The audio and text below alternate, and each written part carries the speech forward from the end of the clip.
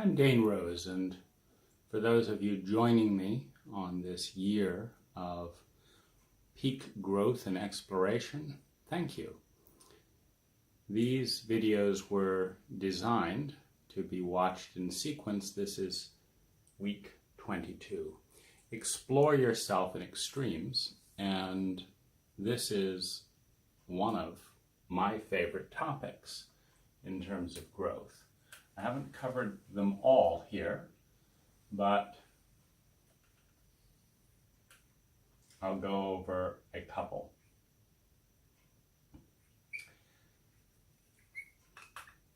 Here's the thought behind extremes.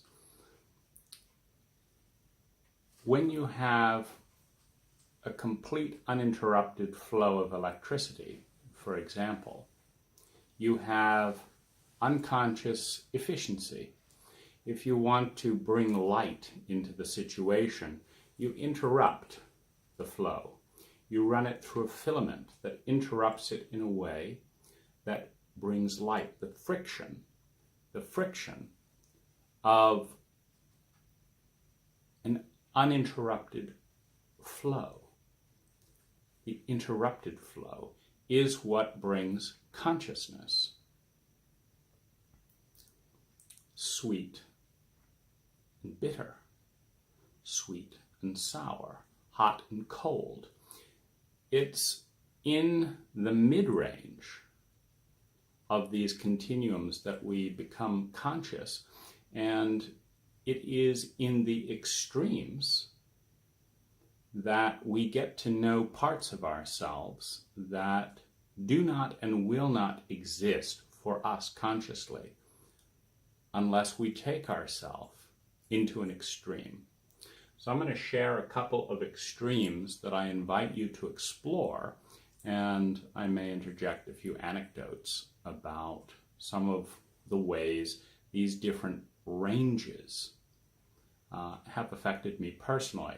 Another way of saying this would be to explore your range.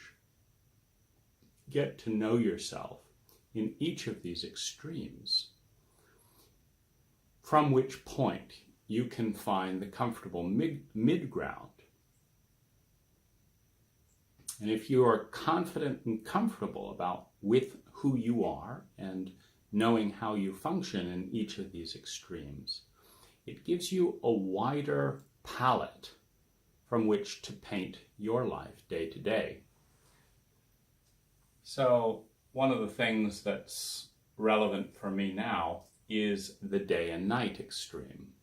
Most of us live our life culturally in a routine of waking up, give or take a few hours with daylight, and going to sleep, give or take a few hours with night. But what happens when you reverse this extreme? What happens when you sleep during the day and do your activities during the night?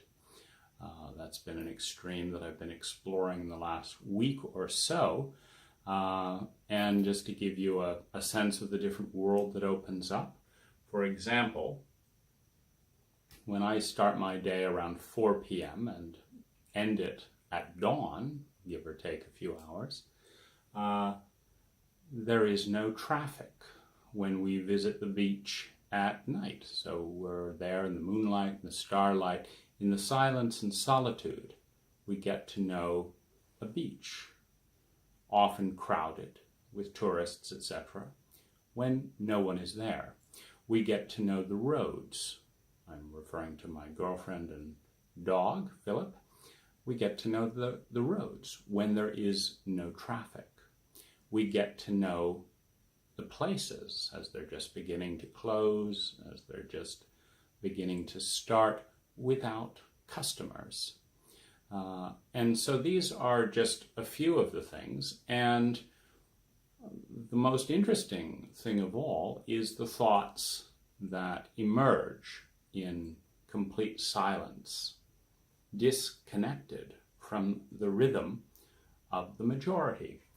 So what I would suggest is that to the degree that you are able, I've always had a couple of sticklers that I have not done in extremes, which is truth and responsibility and integrity, meaning I'm not going to explore some of these extremes and leave a customer in the lurch. So there's a certain skill set in creating a life where this is even possible. But that in itself, going back to the week in which we explored transcendence, is an opportunity to transcend the skill set, the person capable of living in the norm with living in an atypical reality, the extreme of the minority, as opposed to the extreme of the majority. In water and in temperature, there are therapies, for example, go into the sauna, then the cold plunge, then the sauna, then the cold plunge. There is a part of our body that we will experience in this ritual that we will not experience staying always cool, staying always hot. The extreme, ice water and sauna, is a rejuvenating physical phenomena that speaks to the power of extremes, or if you prefer, range. Explore your range. So we've got hot and cold. America, on a cultural dimension, America, where I'm from, and Southeast Asia, particularly Thailand, where I am at present, is at opposite points on a number of cultural continuums. In America, it's new and improved. In Thailand, it is what is traditional. In America, it is the individual. In Thailand, it is the family. It is the king, the community. So there are a tremendous number of extremes you will experience if you allow time to spend in both of these countries, America and Thailand. Referencing my own example. There's also an extreme around time. I discovered this when I took my first 1-month vacation. Like many of you, I have gone through an intense workaholic phase, building my business in the first 10 years without any vacation. I got to know myself very well as someone who worked 10-hour days, 6 days a week. It was a completely new experience for me to have a vacation. Now, what I discovered was that the first couple of weeks of my first few vacations, I was a landscape contractor who was neglecting his work. Look at all I could have gotten done. Look at all the money I could have made. Look at all the plants I could have gotten planted, the walls I could have got built, the pools I could have designed and installed in this period. And what is there in this? And so I actually pushed it. And I found that it required 30 days of doing nothing related to my business before a new identity began to emerge. That was a very different identity than the identity of the contractor who was on time and this, that, the other. It was an identity that went from not having enough time, to suddenly there's all the time in the world. And I'm going to suggest that the greatest value for you, as it has been for me, will be in wherever you're at, going to the opposite extreme and spending enough time there until the identity in the opposite extreme becomes as valuable to you, as much you, as the identity in the extreme that you are in now, whatever that might be. There is an extreme of a precise routine. I went through a number of years, as an example, in which I found incredible efficiency by regimenting every single day in 20-minute increments. So I might have 3 20-minute increments for this. I might have 2 20-minute increments for this. I might have 1 20-minute increment for this. But the entire day was regimented in specific routines. 4:30 a.m., wake up, do dream work.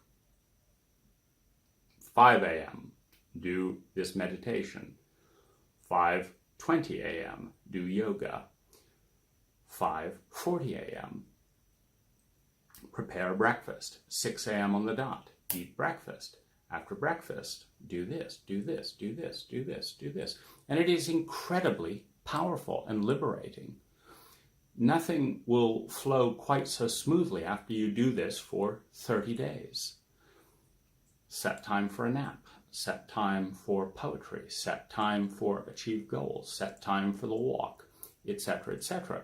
And the power comes in designing a routine that brings out the best in you, that allows you to achieve all the goals that are important to you. Surprisingly, on a routine that is this regimented, I would find I get all my goals done, particularly the long-term goals. I would do them faster than I thought possible. And I might come to the midpoint of the year and realize that I had very little of my yearly goals left.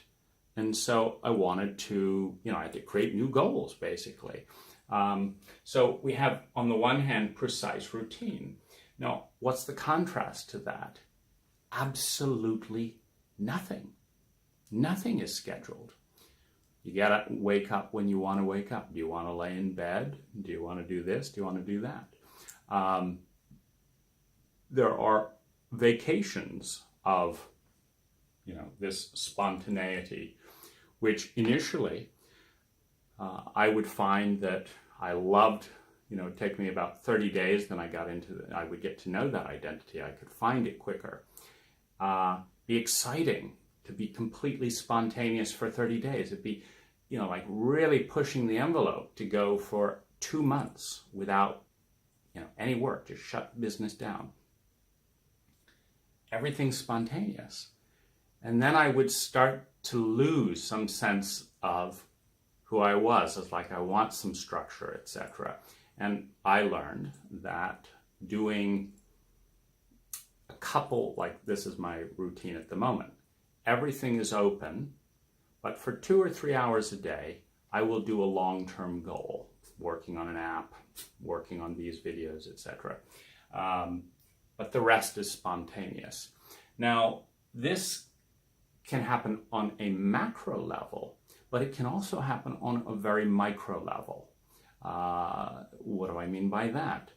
On a micro level, I get out of bed and I think, ooh, I'd love to have a coffee and flirt with the coffee girls over at this cafe. I love the banter we have. It's nothing romantic or anything. They know I have a girlfriend. So that actually makes it safer. So let's go do this. I get on the motorbike. I was all set to go there. But I have a whim. Let's go left instead of right. Where does that take me? What was I doing? I have no idea. I go left. I come across an unknown road. I find myself going to some place that I did not imagine. I explore as long as I go in that direction. Where does it take me?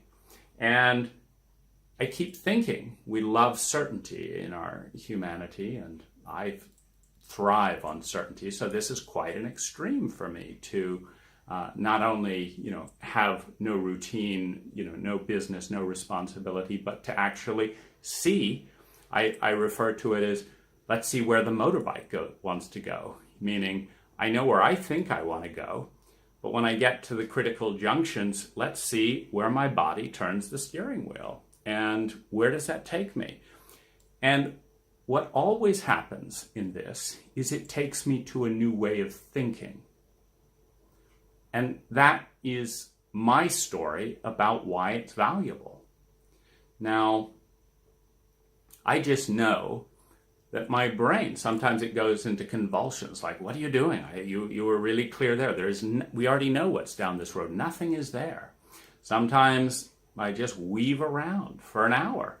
But in that hour of aimlessly weaving around, in this case on a motorbike or sometimes on foot, there are a gestalt of thoughts that wouldn't fit into what I would call mental certainty. Mental certainty. I know exactly where I'm going and I know why I'm going there. This creates a certain level of mental relaxation. Relaxation, meaning nothing's new is happening here. I know where I'm going and I know why I'm going there. I'll just wait until I get there and then life will proceed. Well, as soon as you turn left instead of turning right and then veer off in this, I have no idea why or where I'm going. Which means my brain gets into high gear to create something, some reason, some story, but it's a new reason, it's a new story. And I get to explore what comes into my mind in that state. And it is not what comes into my mind in the other state. And so that's my story, basically, is that when I'm doing that the whole point of doing it was the new thought that popped into my head along the way, which is often a very interesting thought, which is often a thought that I value more than the thought I would have had going the way I thought I was going for the reasons I thought I was going. So this is a new map, basically, on a very microcosm of relating to space-time as a key or a cue for certain latent thoughts that in the probability field of all that we could possibly think are right there in the surface waiting to be picked, so to speak, but which would never have been apparent in the certainty of I'm going here for this reason. They're a little bit to the left, they're a little bit to the right of those blinders. So that's another area of extreme that I'm finding rather fascinating to explore now, relative to the great joys I've had being absolutely certain, because there is nothing wrong. That's the point that I want to emphasize. There's nothing wrong about any of these extremes. There's nothing objectively better. There is variety in the extreme. So this would be on that continuum: precise routine, complete spontaneity. Now, once you're familiar with both terrains, here's the point. There is no objective better, so it's not to say you have to stay somewhere. So if I do freak out and just say, I'm driving around in circles, I have no idea, it's just too big of an uncertainty for me to be able to grapple with. I'm tuning out because it's too uncertain. But I want to encourage you to be patient. The thought comes up, I'm completely nuts. What am I doing? I could have gotten this done. I could have gotten that. Okay, let that thought come. And also hold space that there could be a thought waiting to be plucked that will never enter ordinary consciousness in that way. So another extreme, hate. Now, if you're in one of those mindsets, for example, in my teens I read Success with a Positive Mental Attitude by Norman Vincent Peale and another author. It was a terrific book, and it enabled a whole fountain of goal achievement. But it's also one side of an extreme, because to be human is to have access to the entire range of our emotions. And so if you're someone who's fanatically positive, what about exploring hate? What about exploring what it is exactly that you hate? What do you hate? Why do you hate it? What does it say about you that you have this particular hate? Because there's a strong connection between hate and something that we're devoted to that has been betrayed, has been denied, has been suppressed, has been steamrolled over, perhaps by the culture, perhaps by our obedience to the culture, perhaps by the unethical treatment of someone else in a particular area. And if we follow that thread of hate, what do I hate? Why do I hate it? What do I care so much about that the violation of it elicits hate? What are the conditions that need to be present in order for me to hate? For example, for me, helplessness is one of the ingredients of hate. I don't hate something unless there's some part of me that feels helpless or powerless in that domain. That's one of the ingredients. So which part of me feels like, aren't I a powerful person? Look, I achieved this goal, I achieved this goal, I've got this money, I've got this. So that's not the part of me that feels powerless. What part of me does feel powerless? As a white male that has several cornerstones of the culture in my favor, there's not a lot of powerlessness in the domain of my white maleness. But what about my feminine side? What about what she needs? Does she feel powerless in this male-dominated world? What is it? Follow the thread. It will take you to something beautiful in you that has been violated if you follow your hate with honor. With honor is a very key thing in all of these extremes.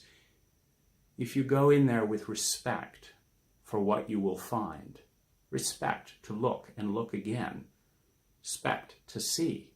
If you go in with respect and honor, not to dishonor, not to violate, that could be why there is hate in that domain. You, along with everyone else, have been violating a certain part of who you are, a certain part of who we are as humanity, that this cult of a culture has no space for. This culture has no space for men who drive around randomly in motorcycles. This culture has space for precise, organized, goal-accomplished, blah, blah, blah, blah, blah, successful, masculine men. It has space for that. Okay, so that part of me is perfectly well fed in this culture by the diet given to me by this culture. But at what price to some other part of me that is the opposite? That when I was born could have gone in a whole variety of ways, and this part of me has consistently been trained into being in a state of such dominance within my psyche that it's the only thing that I see as me. I don't even see that thing as me. That's not me. That's some, horrible thing that I want nothing to do with. Why? Because the culture has said that is not valuable. Pursue hate with integrity. Understand it. Understand the parts in you and the parts in others that have been crushed and betrayed and lied to and pushed down so many times. You don't even want to look in that direction. It's just a sickly crime scene of betrayal. Find what you hate and why. And are you courageous enough to honor the parts in you that you hate and understand them? How did they get there? What is it in the environment that has elicited this attitude towards this part of who you are? The other extreme, devotion. Again, not a very popular part in the culture. Everything's cool, right? No big deal, no big deal, no big deal. It's cool. I'm fine. Okay, so that's the culturally acceptable you. Is there anything you would die for? That you're that devoted to in who you are?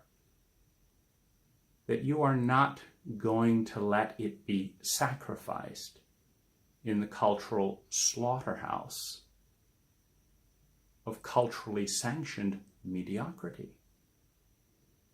Find your devotion, what you hold sacred, and can you distill from it, as Joseph Campbell is so effective at inspiring, the essence of that out of the form? So you're not going to die if someone accidentally breaks the statue in your altar or the little ritual you've wrapped around your devotion to honor something that you care about. But that you will die to protect that which it symbolizes. Whatever that is, honor, truth, beauty, something you find beautiful, a partner, a child, an animal, someone in need. Is there anything you would die for? And I'm going to suggest that it's a shortcoming, like in the paradoxes of truths. You can say it's a great strength. Nothing phases me. I wouldn't die for anything. I just do what's good for me. Okay. You've locked yourself in a compartment, culturally sanctioned or not, where you have no reason to give up something, your life, your time, your money, to protect it. Just going, with that particular flow. And there's a benefit to that. But there's also a trap. The trap being that you're stuck with who you are as someone who won't sacrifice anything for anything or anyone. Because you don't want to risk a failure that deep. You don't want to risk the ultimate transcendence of losing your life to honor something that you consider more valuable than your life. If you have nothing you honor, what it says is that in your imagination and value system, there is nothing you value more than your current sense of who you are. Well, that's a great pinnacle. You've already climbed the mountain. You've arrived. And that's one of the perspectives things, going back to last week's video and looking at different perspectives. At any given moment, it's like, what's the problem if I've arrived, if I'm already a success, if I already know everything I need to know? Well, the problem is stagnation, for one, because you've already got there. Where can you go if where you are is already so great in your eyes that it's it? This is the trap of heaven. This is what heaven is, a little box, and I am in it. And there's nowhere to go. There's just angels and harps, and it's very, very boring. So this is another range. Hate, devotion, fear. What do you fear? What do you fear so much that you will betray important values to avoid that fear? Trauma is often in that terrain. The things that take us to the edge, that may terminate our ego existence. What are you so afraid of that anytime you get near it, this whole topic could be one of those things like, that's just, I don't want to go anywhere near that. That's a quacky, useless, da-da-da-da-da. I'm not going to try it, of course, because I already know where it's going and da-da-da-da-da, and that's quacky, etc. But I'm not going to go into these extremes. What are you afraid you might find? Because my experience is I find things I didn't know were there. That's the whole point. This is a year of growth. We're in it week 22. This may not be part of the 20% in the 80-20 rule that you want to pay attention to. But it may be respectful to yourself to know why. Why you will not go into this domain when the statistical odds of growing and learning as a result of going into this domain are so high. You're not interested in growth, figure it out. What are you afraid of? Again, what do you love? What do you love so much that you'd give up something of who you are, something of your money, something of your time, something of your social status? What do you love so much? If you had to choose between social status and loving that, you would choose loving that, even if it costs you every dollar you have in the bank, every dollar you've got in the credit card thing. Is there anyone that you love that much that you would drain everything to keep them alive? Do you love yourself that much? Do you care about this life enough? Or would you say, well, I don't like going into debt. I don't like spending money. Just pull the plug on my life because it's not worth it. In other words, the principle, being debt-free, etc., is more important than me. Is there any part of me or my family or my country? This is the great transcendent gift of the military, to actually experience putting one's life on the line for a value bigger than self, being willing to die. Is there anything you love that much? Self-centeredness. This is one of my favorites. Where does complete, total self-centeredness take you? Meaning, if you really want to honor yourself, what you value, pleasure, whatever it is, what would you do differently to be completely and utterly self-centered? Now, in the intelligent version of self-centeredness, this is to do the things that leave you as you are in absolute bliss. It's not self-centered to binge TV watch if you don't enjoy the full cycle, the hangover, the waking up the next day, the complete. What is self-centered? Deeply, and here we can go to reference. I encourage you to read Ray Dalio last week in his book on principles.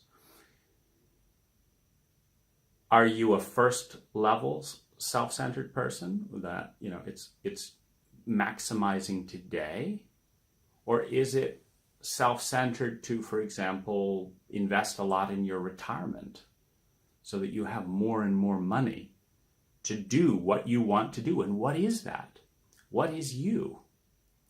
And what does complete self-centered service to you look like? Is it saying obnoxious things to whoever you have irritating things with? Is that self-centered?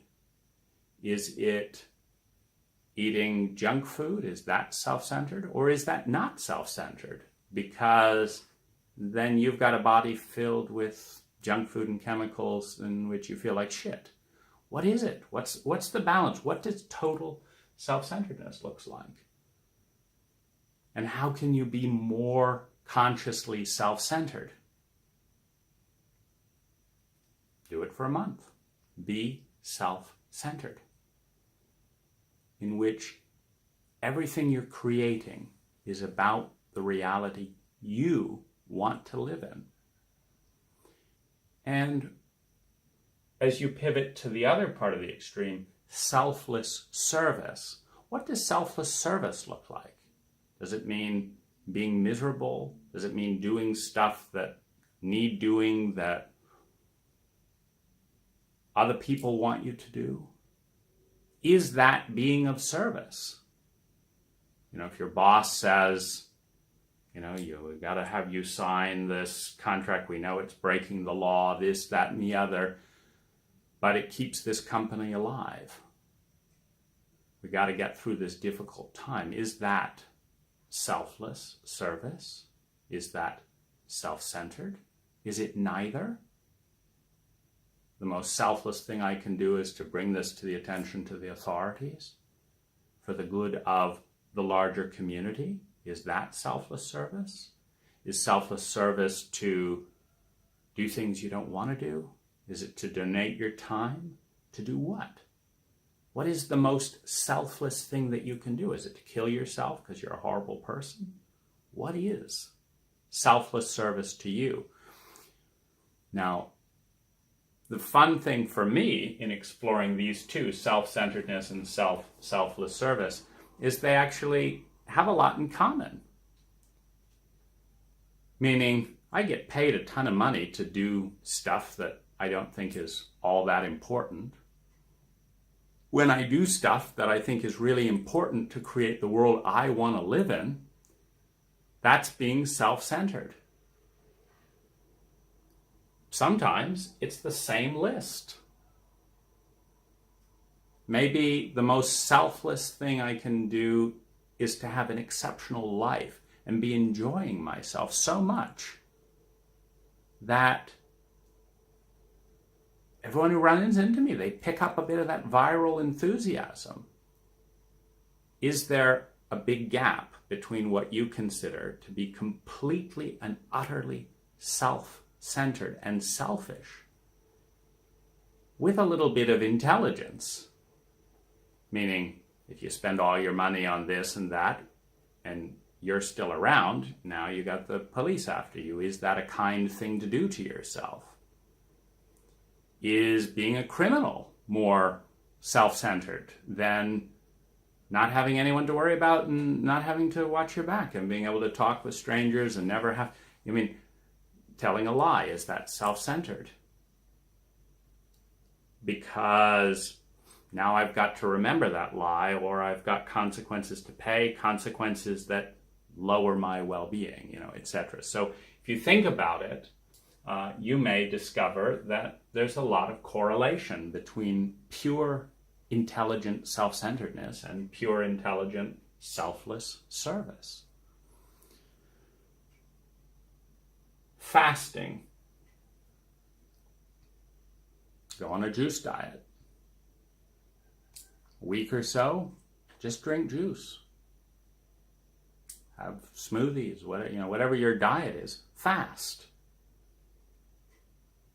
Is that spiritual and selfless, or is that completely selfish because you find you enjoy a more lucid way of thinking? You have a different sense of perspective. What emerges? Who in you comes out when you're fasting for a week, 2 weeks, a month with liquids? What are the things that, when you have very little energy in your body, still bring you joy? This is one of the filters. If you tune down your body's sustenance, suddenly you may find, I just can't go into this job anymore. It takes too much out of me, and I don't have anything to keep feeding it. I'm fueling this job with crappy food that helps me get through the day because I tell myself, I got to be doing this. But when I don't have any energy to do it, and all I have energy for is that which really fuels me, in the absence of, steaks and potatoes and all that, now I know what I have energy for when I have very little energy. So that may come into focus. You may get to know that part of you. Feasting. What part of you comes out when you binge on sugar? When you binge on alcohol? Feasting. The opposite. When you splurge and buy anything you want. feasting and fasting is also a monetary experience. I'm not going to buy anything. I'm going to save everything for the future. I'm going to buy everything I want. Here's 10, 20 grand, whatever. Go out and buy whatever you want. What part comes out? Who do you get to know in the feast? Who do you get to know in the fast? Making money, giving money. The discipline of making money, a boundary of this, saving, no, we can't do that because that'll cut profits 5%, we can't, this whole thing. Who is the responsible moneymaker that does that with excellence? Who is it that you get to know? The one that can be on time for every appointment, that does this, that maximizes your time to make money. What about the giver? Have you ever experienced the part of you that just looks around to where could I spend money that would make the most people happy as efficiently as possible? Let's see, this person needs a little dental work. This person, let's buy them some flowers. This person, let's give them $100 and just say, what should we do with this? This person, I surprise. What is that? What does that part of you feel like? Is that a joy? Is that an envy? Is that they can't get it? It's, I've suffered my whole life. Da, da, da, da. Well, then you can get to know that part. They got to work hard like me. Da, da, da, da, da. Oh, okay. So that's what working is like for me. Constant suffering and struggling and this and that and the other, and I don't want anyone else to have it easy. Okay, so who's that? Who and how did you get in there? Well, I got in there because I wanted to go surfing, but so-and-so said I had to get a job. I wanted to do this, but so-and-so said that's not an efficient use of your time. I wanted to be a musician, but so-and-so said there's no money in that, and so I'm pissed as hell. I'm resentful as hell. This is what I had to do to make money. I'll be damned if I'm going to make someone else happy. Okay. Envy. Of what? So you learn different parts in these extremes. We have meditation. Let's just be present with things. Oh, this comes up to be done. Well, let me just notice that and let it go. I really want to go call that girl right now. No, let's just notice it and let it go. I really want to go write this book. I really do. I think that book is a much better idea than sitting here silently. Why shouldn't I write a book? It's going to help people. What the hell is sitting here going to do? Da, da, da, da. Okay, let it go. So who is the feminine version of meditation? That's the feminine version of meditation, allowing, letting go. Not attachment, not fixating, not doing, just being present. The feminine version of meditation, the action version of meditation, the masculine version. Oh, I want to do that, I'm going to go do that. I just had this idea, let me write it down. I had that goal, let me get that done before I forget it. The masculine version of meditation, I get everything done I want in my day because every time I think of it, I just go and do it immediately and it gets done and then I feel happy. The masculine version of meditation, do it now, do it now, do it now. Every time you have an impulse, go and take some immediate action and do that for a month and see what comes into being. Maybe it's a miserable reality because everything you think about doing is stuff you don't really want to do. Your mind just thinks it's the right thing to do. So you get it done, and by the end of the month, you've got, 300 burdensome projects underway and you don't enjoy any of them. Or maybe that's absolutely exciting and most of what you think about doing is absolutely exciting to you, but you don't do it because, I don't have time for that. I don't have time. So the masculine and feminine version of meditation. A little bit similarly, flow and goals. Just go with the flow. So-and-so called me, says, hey, will you come over for lunch? The movie Yes Man with Jim Carrey is kind of an extreme of this that you can explore. Say yes, say yes, say yes. So-and-so asks you on a date? Yes. So-and-so wants to talk to you about this? Yes. Someone else wants to do this? Yes, yes, yes, yes. Where does your life end up when you say yes to your environment? Now, then you have goals. This is when you say no to everything that doesn't fit into your plan. You schedule your time efficiently to achieve your most important goals. And someone calls you up, sorry, I'm focusing on my goals. Love to have dinner with you, but I'm focusing on my goals. Yes, I know you'd like to have sex with me, but I'm focusing on my goals. These are my goals. And I am going to get them done. And I'm going to say no to absolutely everything that distracts me from my goals.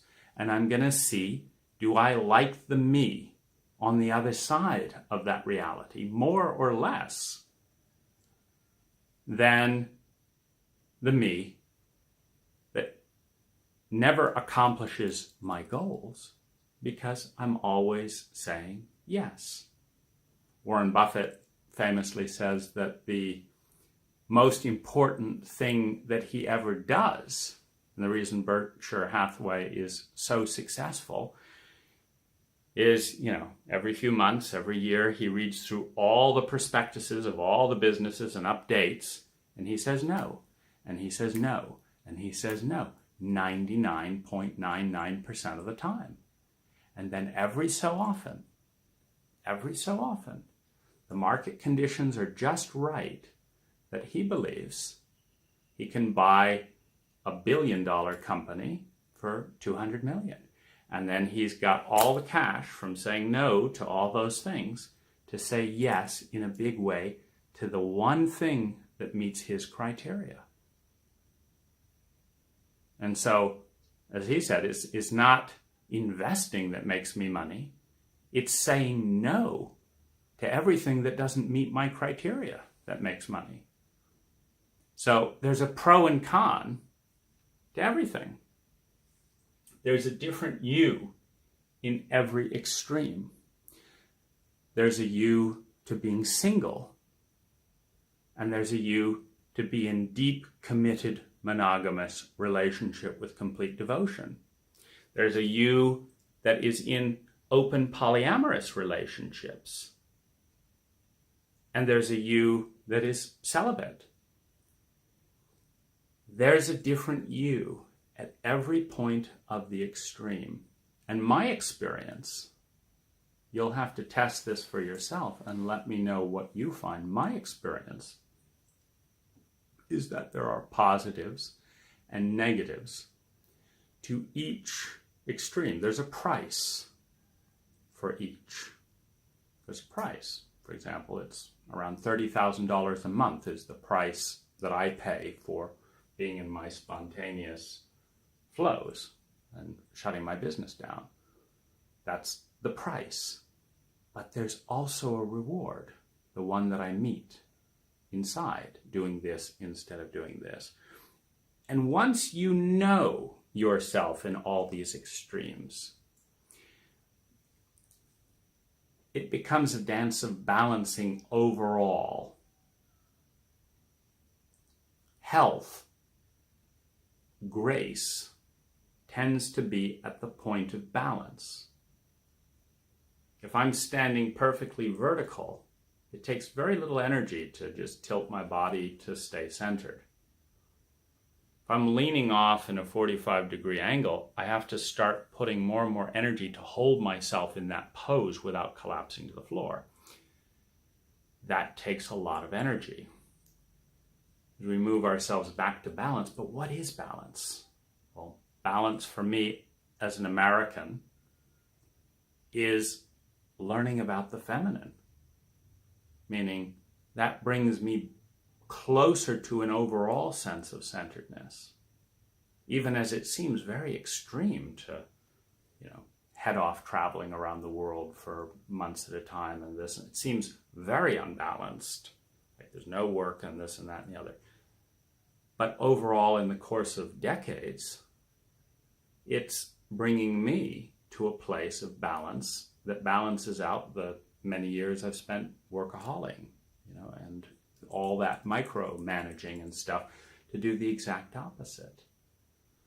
There's often this magical point on any continuum that relates to a larger sense of balance, the imbalance of our culture, for example, which is highly materialistic, can be balanced out by spending time doing things that are completely inefficient for no external gain. It can be absolutely delightful to realize, oh, I'm doing another thing that has absolutely no efficient use for some long-term goal or something like that.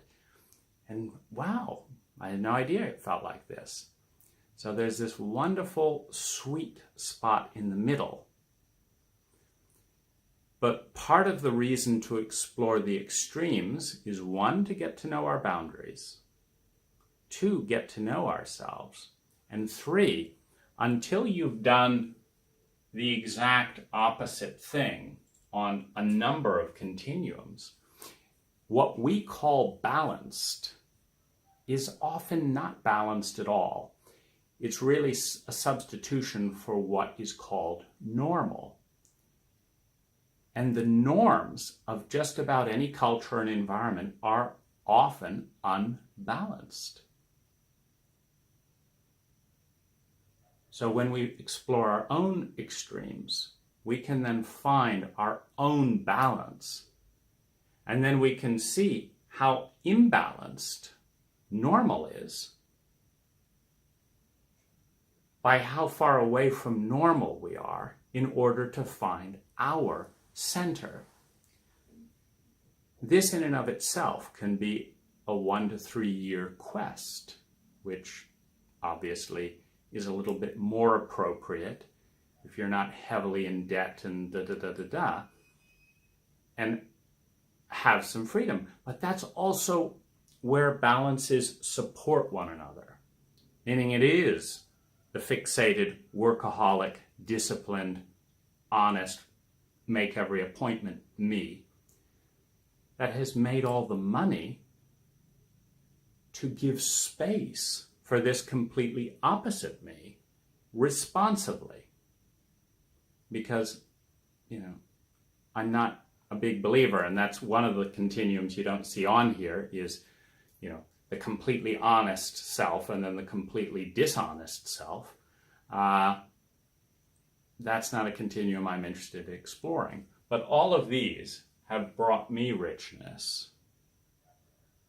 And I'm at peace with them. As long as I'm not late for any appointments, because I have no appointments. As long as I'm not paying a debt, because I have no debt. Or that is set up on automatic payments or whatever it is.